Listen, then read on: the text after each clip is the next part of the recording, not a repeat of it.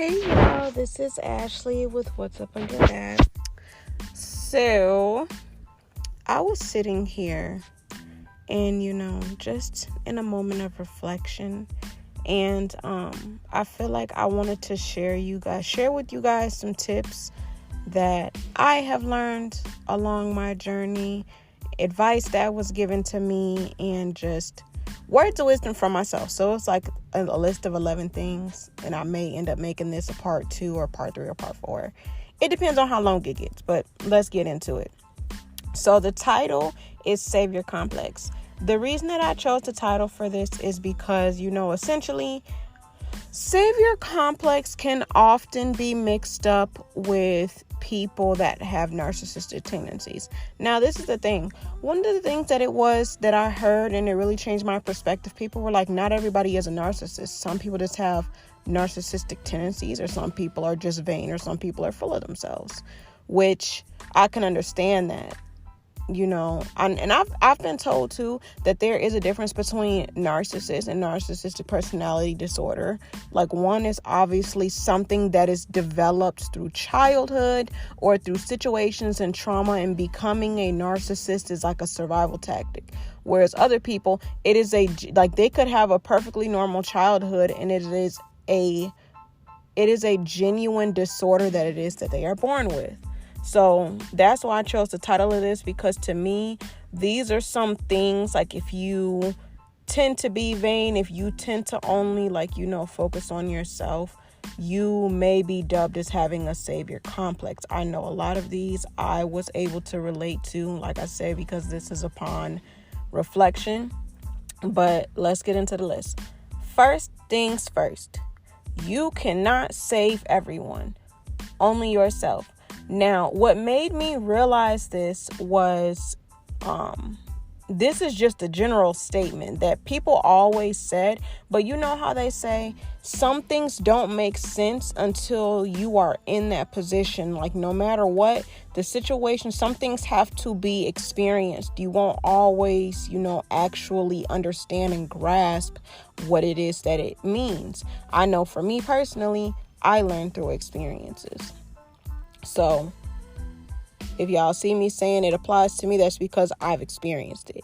But with you cannot save everyone, you can only save yourself. It's pretty much like, how sometimes you are always going out of your way to help people. You're always going out of your way to do things for people. The only things that you can do for people is give them a tool and teach them how to use it. You can't, sometimes you can't go beyond that. The issue sometimes that we as humans face is we want to keep helping everybody. We want to be the hand that we didn't get to have held when we were going through things with our journey, when we were constantly bumping our heads, when we were constantly making a mistake. And it's like, now essentially you're projecting the version of you that needed a you in your life, and you're being that for other people.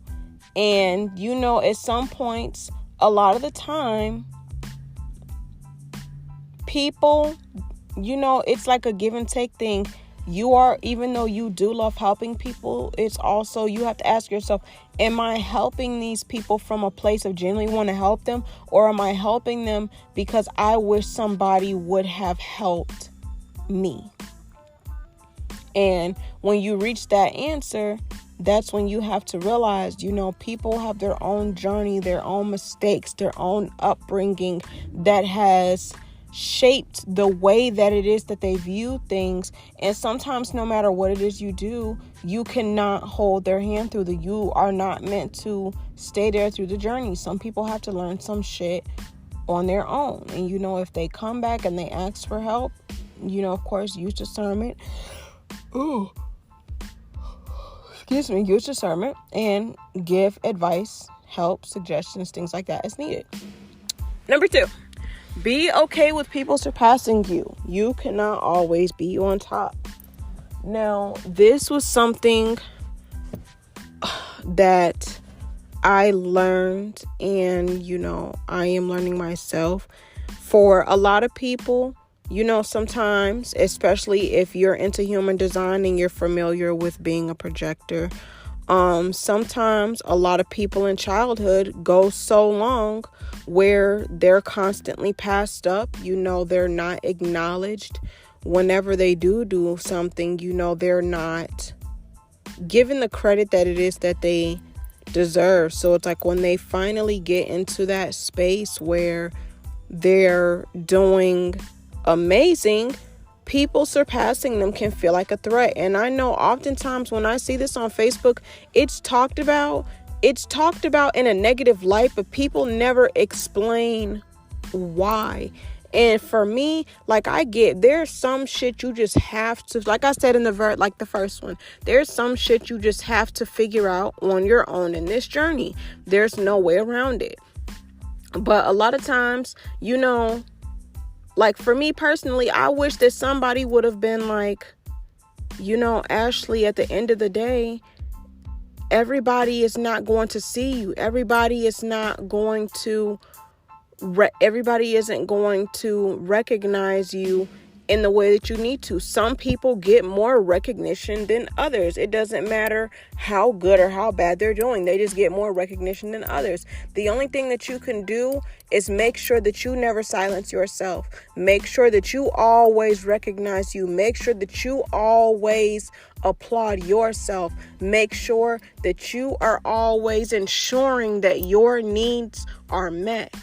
So that if you feel that somebody is in a better position than you, or somebody is doing better than you, or you feel like somebody is getting more praise than you, that it won't hold weight. And a lot of times that's what a lot of kids need to be told. We are often told as children, be happy. It's like we're told what to do, but we're not told and explained why. So when we go into adulthood, we deal with these things, and it's like we know that we're supposed to feel or do or be something, but we still have these underlying emotions, and we don't understand why it is that we are feeling them. Now, on to number 3. Accept everyone doesn't have to give. Once again, this is something that has been heavy for me learning here lately. A lot of people, especially us as millennials, we grew up. Some of us may have grown up having to do everything on our own. We grew up very, very, very fucking hyper independent on relationships, hyper independent on friendships, hyper independent on everything, instead of learning how to work through emotions that ebb and flow. And with that, sometimes we just have to accept people do not have the energy to be there for us in the way we need to. People do not have the energy to hear us vent. People do not have the energy to engage. And I know me personally, and it's like and I will say this before I go into what I'm about to say. A lot of people people say that they understand everybody was raised different, but I feel like in that same breath, they really don't get that shit. And I feel like it makes me angry in this moment in time because I have personally learned and understood it better that, just because I grew up one way and I was taught things one way in my household, everybody was not taught that. And I feel like a lot of times people will pass judgment and be like, oh, y'all too grown for this, y'all too this and y'all too that. Failing to fucking realize everybody don't learn shit the same way. Everybody learns shit at different points and different paces in their fucking journey. And that's just how that is. So a lot of things that we should have learned in childhood or should have learned. Sorry, y'all, I had a phone call come in. But a lot of things that we should have learned in childhood or learned in general, we didn't. And now we're learning these things as adults. And it's like now we have a lot of adults that are criticizing other adults for not learning things that it is that their parents did not teach them. And a lot of adults these days are raised out of survival mode. So they were forced to grow up and learn a lot of shit early. And it's like, I don't know. The more, and I feel like too, I have a really good friend named Taisha. You guys may have heard me mention her in previous podcasts. And she is like the beacon of unconditional love. And she often opens my eyes like to understanding and like different perspectives and all that stuff. And it's like, people may do dumb shit, but it's also like you have to have that understanding. Everybody did not have it growing up. Everybody did not have love. Everybody did not have understanding. Everybody did not have that knowledge given. Somebody had to gain those things through survival mode. So it's like, you know, a lot of times when people speak on these things to other people, they don't always speak from a place of love. They speak from a place of anger, because it's like, oh, I was forced to grow up and know this. I was forced to grow up and do all this myself. So the fact that you guys are doing it and you don't fucking know that you're not supposed to do it, that shit makes me angry. That's exactly how those projections sound. And yeah, shit, that's just fucking that. So the next one, it's not always your job to tell your side of the story. And I feel like that one is like pretty cut and dry. You know, sometimes it's not going to matter whether you tell your side of the story to something or not. People have already believed that person. People have observed you, and they have taken what that person may or may not have said into consideration. And it's like, you telling your side of the story, it's just a waste of energy. And even if that person doesn't, people are going to perceive you in whatever way that it is they want to perceive you. I've seen some people that have done some really, really reckless ass shit. And a lot of people are aware of the reckless ass shit that they've done, and they've still given them grace and chose to love them and support them. That doesn't make the people that do that bad, because at the end of the day, we all deserve unconditional love. Like, that's just that. I mean, shit, y'all see, shit. And this is my thing with that too. If we loved one another unconditionally the same way that we love celebrities unconditionally, no matter what the fuck it is that they've done, the world that we live in would be so much different. It would literally be so much different if we extended that same love and that same grace to those that are around us. Now, told y'all that one was going to be really short.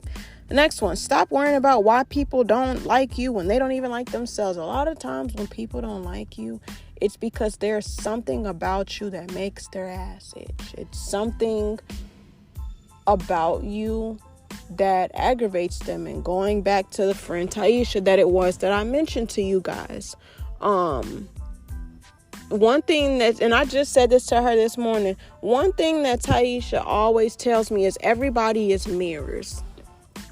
Everybody is mirrors. It is up to you whether or not the reflection that you see, if you choose to dissect what it is that you are seeing, if you choose to go deeper to understand, why does this person rub me the wrong way? Why does this person this? Why does this person that? And it's like, I know people equally say sometimes there's things that we don't, need to find out or whatever, because it may actually be that there's something off about that person. You just haven't seen it yet. But a lot of times there's something about that person that you don't like. And it's because 9 times out of 10, it's also something that's equally within you. Now, I want to say, like, even with this, I mentioned that to you guys in a previous podcast episode. I was talking about how I was in an abusive relationship, and it was like, I was so far gone that I'm out here judging other motherfuckers that's in abusive relationships. Like, oh my goodness, like, that shit is so ghetto. Why don't you just leave him? Like, sis, you are in the exact same predicament. The only reason that shit rubs you the wrong way is because there's a part of you, there's your spirit knows that you do not need to be in this space anymore. Like, point blank, period. And instead of fully acknowledging and accepting that and detaching yourself from the situation, it's a lot easier to judge other people that are in the exact same situation that it is that you are in. It's much easier to judge than it is to reflect, because when you judge, the finger is pointed at someone else versus the finger being pointed at you. And, with that, like I said, some people just don't like themselves. And it's like, it's not that they don't like you, they don't like themselves. There's something that they see in you that they really don't like in themselves, but it's just easier to point out your flaws than it is to acknowledge their own. The next one, people won't always admit that they were wrong. And that's just that. A lot of people, it's easier to keep you painted as the villain in their story than to admit, you know what, I played a part. And it's like, all that really is it's ego, because a lot of times people are like, what if I apologize and there was no reason, to apologize for? Now, something that I have learned is, and I won't say learned, I always say that learned, like I finally learned the lesson. I mean, shit, I hope so, the way life had been beating my ass these last couple years. But one thing that I am learning is sometimes it's not even so much about apologizing, even if you didn't do anything. It's about apologizing for the part that you played, apologizing for how you may have handled the situation, apologizing for your tone. And I had this conversation with myself this morning. Like, it was a situation that came up in my head, and I asked myself, I said, Ashley, do you feel that you were wrong for that situation? And I said, I was wrong for how I handled it, but I was not wrong for feeling how it is that I felt. Like, I could have handled it in a better way, but I'm not sorry for what it is that I said. And in certain situations, that's oftentimes what it is. Like, we apologize for how we handled it, but not that we didn't mean what we mean, or we shouldn't have said what we said. That's only some circumstances. So it's not always your job to wait on people to admit when it is that they're wrong, because them admitting they're wrong would involve reflection. That reflection would involve healing. That healing would involve going within. Going within would involve them looking within themselves and realizing and viewing the people that are around them in the way that those people being mirrors plays a part into who they are and what they've been avoiding. And just saying that out loud, that is not something a lot of people want to do. And not just that, once again, bringing back to what my friend Taisha said, everybody that is put on your journey is not meant to heal. Some people are meant to show you what it is that you don't want to be what you don't want to become if you don't do the work, what you don't want to become if you do not stay true to your path, what you don't want to become if you do not continue to make your purpose a priority.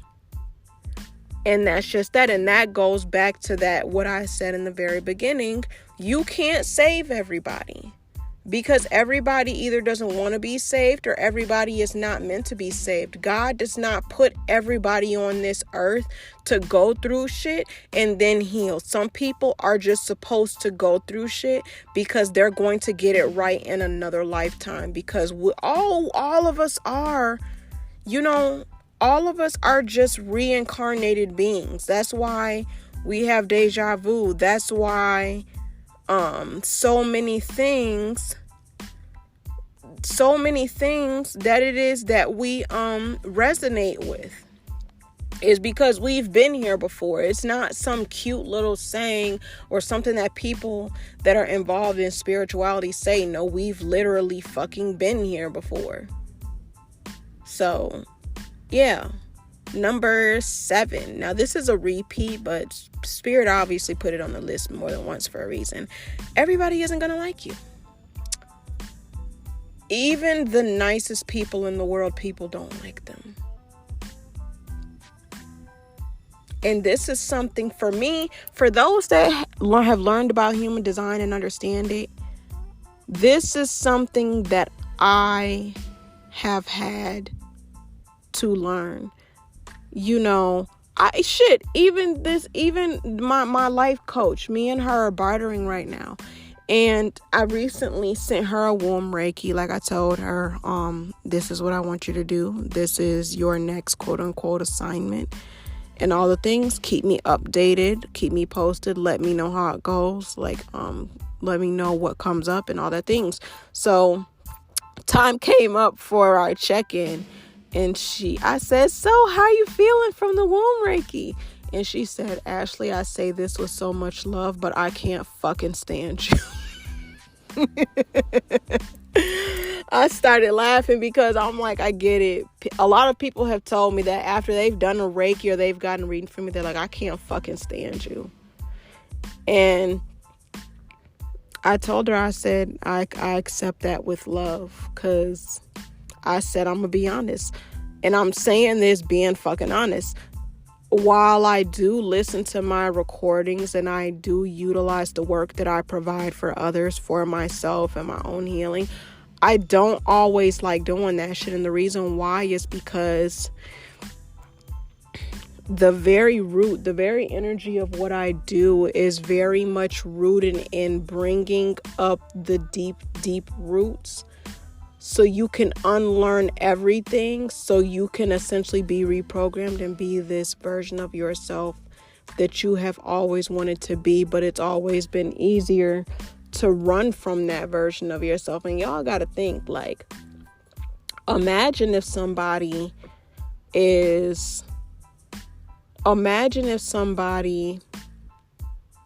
planted an oak tree. That oak tree is 120 years old, and they start noticing that the tree has signs of rot. So they have to pull this tree up so it doesn't affect the root system in the ground. That tree is 120 years old. If we were to break that shit down in terms of generations, that's like 3 to 4 fucking generations. That's you. That's your mom. That's your grandma. It could be your grandma's grandma. Like, that's a lot. And especially given if those people, like, it's a lot. I ain't gonna get into the logistics of it, but it's a lot. And sometimes when people open up the wounds that you've tried so hard to keep closed, it'll make you fucking hate them. Sometimes you hate the people that open up your wounds. You hate the people that open up your wounds more than you hate the people that gave you those wounds. And that shit really hits, because but then it's like a process. Not only do you hate the people that opened up those wounds, you hate the people that caused them when you start to do the healing. So yeah. We got 4 more left here, y'all. So how much time? Oh, we at like 23 minutes and we still good on time, because I said I wanted to try to keep this short. Everyone won't get to meet the evolved version of you, so the old is all they have to carry.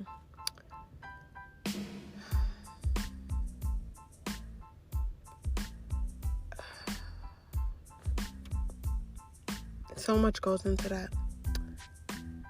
I feel like that's another one that's really plain and simple. People may have known a version of you that hurt them really bad, or that shit you may have not hurt them. They just couldn't fucking stand you. And no matter what amount of work that you've done, those people will just want nothing to do with you, no matter, if you're healed or not. And I know me personally, and I mean, this could just be me, or it could be something I need to work on. I don't fucking know. I know there's like people in high school that really fucked with my mental. Like, people that bullied me because I was fucking quiet, y'all. Because I was fucking quiet. People that bullied me, and just whatever the fucking case is. And even though, like, we're all grown and we're all adults, I'm like, I feel like I could never see myself wanting to befriend any of those people. Like, I don't care how much they've evolved. I don't care how much they've healed. They left a really bad taste in my mouth that no matter how much I brush my teeth, no matter how much I use mouthwash, that taste isn't going anywhere. And sometimes, that's the hard part to accept. And sometimes with accepting that means there's some people that you lost really good fucking people. Plain and simple. Plain and simple. There's nothing that you can do about that. There's nothing you can do about it at all. The next one, make you a priority. That way, when others do for themselves, it doesn't feel like a sellout. This was a very, very hard pill to swallow. A very hard pill to swallow. And I realized this from talking to friends. I was like, I would say on a few occasions, maybe more or less. I don't know. There was times, that I was helping people. And I noticed over time my light was starting to dim. And it was not because those people were dimming my light. It's because I did not have any boundaries. I did not have any boundaries. I was just always so willing to give. And not have a stopping point because I wanted to be a people pleaser and made sure that people like me and make sure that other people felt taken care of. So now it got to a point when those people didn't need me anymore. I'm like, oh, I feel used. Do you really feel used? Or was it just that you had really, really shitty boundaries, and now this person, they're continuing on with their life. And just because they're continuing on doesn't mean they're not grateful for the help you gave them. It just means they don't need you anymore. God has brought them, and your assistance has brought help to bring them where they need to be. And that's that. So that's why you always have to make sure, be mindful of the place that it is that you are giving from. And that goes back to another number that I said, what is it? Everybody, number 3, except that everybody doesn't have it to give. And you got to understand, when you set boundaries, everybody isn't going to like them. Because once again, that goes back to childhood. How often did our parents make us do something and we did not fucking want to? We were constantly being forced to give our energy away when we did not have it. Like constantly. And our parents figured because we don't pay bills, we don't do anything, that there's no reason why you shouldn't be full of life. Like, we are not our own people. We are not our own human beings with personalities and struggles, and humans with a mind that is constantly ingesting and absorbing knowledge and things from people and the different people, places, and things and situations that are around us. Now, the last 2, being in the same place is a choice. Now, this is subjective. This is probably subjective. But in some cases, being in the same place, it is a choice. And I had to have this same conversation with myself yesterday. And I said, look, if you want to be in a different place than where you were 6 months ago or where you were this time last year, you're going to have to start doing some shit that scares you. You're going to have to start getting uncomfortable with putting yourself out there again. You're going to have to start becoming uncomfortable with being your own cheerleader. That's it. That's all. That's it. That's all. In order for you to be in a different space, you have to go through some discomfort. And I think sometimes people, and I can say this for me too, people don't always want to hear that the discomfort is temporary. It's the fact that they know, it's the fact of feeling it. Like, I know for me, when I moved from my hometown to Arizona, like about 11 years ago or so, I was very uncomfortable. But I feel like I was uncomfortable once I was there because I didn't know anybody, and now I had to get to know people that I don't know. But I was also excited for this new move. I was excited for this new reality because I hated the people I went to school with. You know, aside from like a couple friends here and there, I hated my hometown. I only loved it because I was used to the toxicity that it came with. I was used to the same people doing the same shit, everybody doing the same shit, everybody doing the same thing, going to school for same thing for the sake of security. And don't get me wrong, there's nothing wrong with wanting to be secure, but I knew, oh, you guys, it's a beautiful black and white pigeon. Oh my goodness. I'm sorry. That was such an ADHD moment, but I just had to stop and admire that pigeon. That pigeon is so fucking gorgeous. There's 2 of them. Oh my gosh. That just made my day, and it's a jet black pigeon. And this really feels like it aligns with what I just said. Like, I knew that I was meant to stand out. I knew that I was not meant to be in the same place that everybody else was. So I was excited for that. I was excited for that new adventure. I was excited for this new reality, so to speak. Now, okay, we gonna close this out with numero 11 for those that don't speak Spanish. Oftentimes, it's miscommunication rather than being targeted. And this just goes into something that my life coach has been telling me, like drilling in my head. She said, when you feel yourself feeling some type of way, you have to tell yourself, observe, do not absorb. Observe, do not absorb.